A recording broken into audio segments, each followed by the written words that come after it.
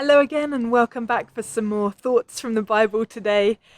I don't know if it's just me, but it feels a bit like time has got messed up this year. Like, as well as having some days that felt like they have just gone on and on and on. Maybe mostly when we were completely locked down and not able to go out of our houses. But other than those days, it's also felt like the year has gone by really, really, really quickly. I'm sure it was only a few days ago that I turned the calendar over to September, and now, what, tomorrow? It's going to be October's turn. Time is moving really quickly. But that's quite a common feeling, though, right? It's even before this global pandemic year. It seems that somehow every single year seems to move more quickly than the one before it. And if you're not careful, you could just blink and miss everything that's going on in your life. It can feel as though we're just drifting through this precious gift of life that we have, that we're watching the years tick by, that we're sleepwalking through our way through our days, just maybe going through the motions. I can't remember how many times I've reached the end of a week and somebody's asked, what did you get up to this week? And I can't think of an answer. What did I do in that time? It can be like we're working on autopilot. Well, I was recently reading Mark chapter 13 in the Bible, and at the end of that chapter, Jesus is talking to his disciples about how no one is going to know the time of his return to this earth. And in verse 36, he says, "Don't let him find you sleeping when he arrives without warning." Don't let him find you sleeping when he arrives without warning. Well, I'm pretty sure I read this when I was a child and had a few nights where I was scared to go to sleep. You're wondering if it meant that we're never ever supposed to close our eyes because, if we fell asleep and we didn't stay awake all the time, that could be the moment that Jesus would come back. Well, clearly that's not the case. But I wonder, what did Jesus mean here by sleeping? Somehow I don't think it's the literal act of climbing into bed and closing your eyes. But perhaps it could mean that idea of just drifting through life, doing things the way that we've always done them because that's the way they've always been done. Going to church on a Sunday because that's just what you do on a Sunday. Reading the Bible because you feel like you should, even though you don't really have any motivation to do it. Offering a token prayer now and then before a meal or before bed. Are we asleep? Now, I'm not suggesting that every single moment of every single day of our lives needs to be something momentous and extraordinary and something where we're always doing something and we can never have a moment off. I'm not saying that at all. But I do feel like there's this feeling of lethargy surrounding our lives sometimes and surrounding our walk with God. Yeah, this global pandemic has definitely shaken things up a bit.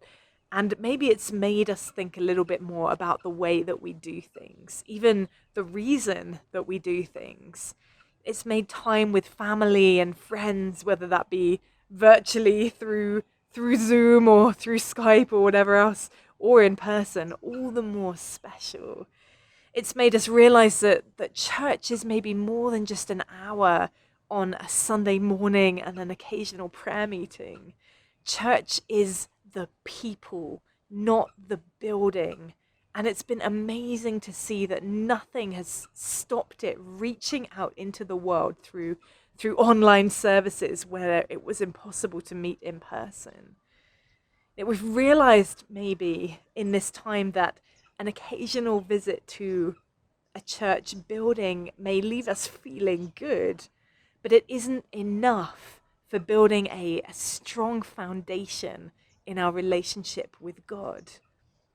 That takes personal effort, it takes discipline. It's shown us that we can be the hands and feet of God by helping to check in with our neighbors and caring for them, by looking after the people in our towns and our cities, by checking in with other people who are a part of our congregation to make sure that they've been doing okay. And I won't listen. I just don't want to hear it when people say that the devil must be smiling right now because he's, managed to shut down churches for a while. Nothing can stop God moving. Absolutely nothing. It doesn't matter if we can get together in person or not. Nothing can stop God doing what he's doing in this world. And just because we haven't been able to meet together in a building for a while does not stop us growing into the people who God wants us to be. His army here on earth, working to make this a better place, to tell more people about how wonderful he is and about his mercy and his wonderful, wonderful grace. I'm not saying that church is a bad thing, that we shouldn't want to gather together, because we do, and I look forward to the day when I can do that again. But it's more than that. It's more than just the church routine. And honestly, I do think that it's all too easy for us to live in this sleepy kind of way. Our church services follow a specific routine, don't they? And heaven forbid we change the order of worship and message, or add an extra song before the time when we take the offering or after the sermon. Maybe it's time that we woke up and looked around us to see that God is on the move right now, whether we can meet together or not, and that he wants to move through us. But that's going to be incredibly difficult for him to do if we're not really awake. We get to be part of God's great plan on this earth, and that is just so exciting.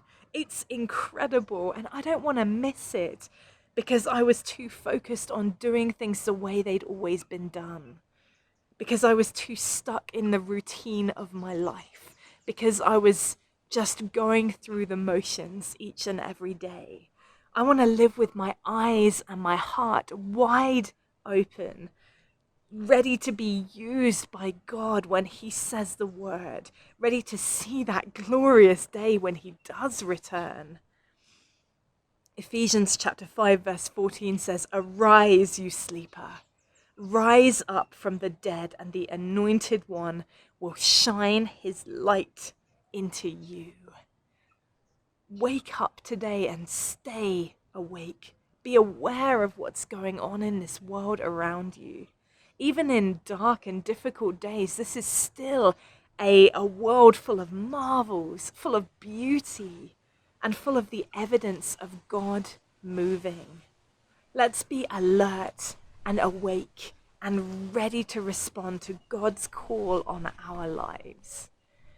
Thank you so much for joining me here again today for some more thoughts from the Bible, and I'll see you next time.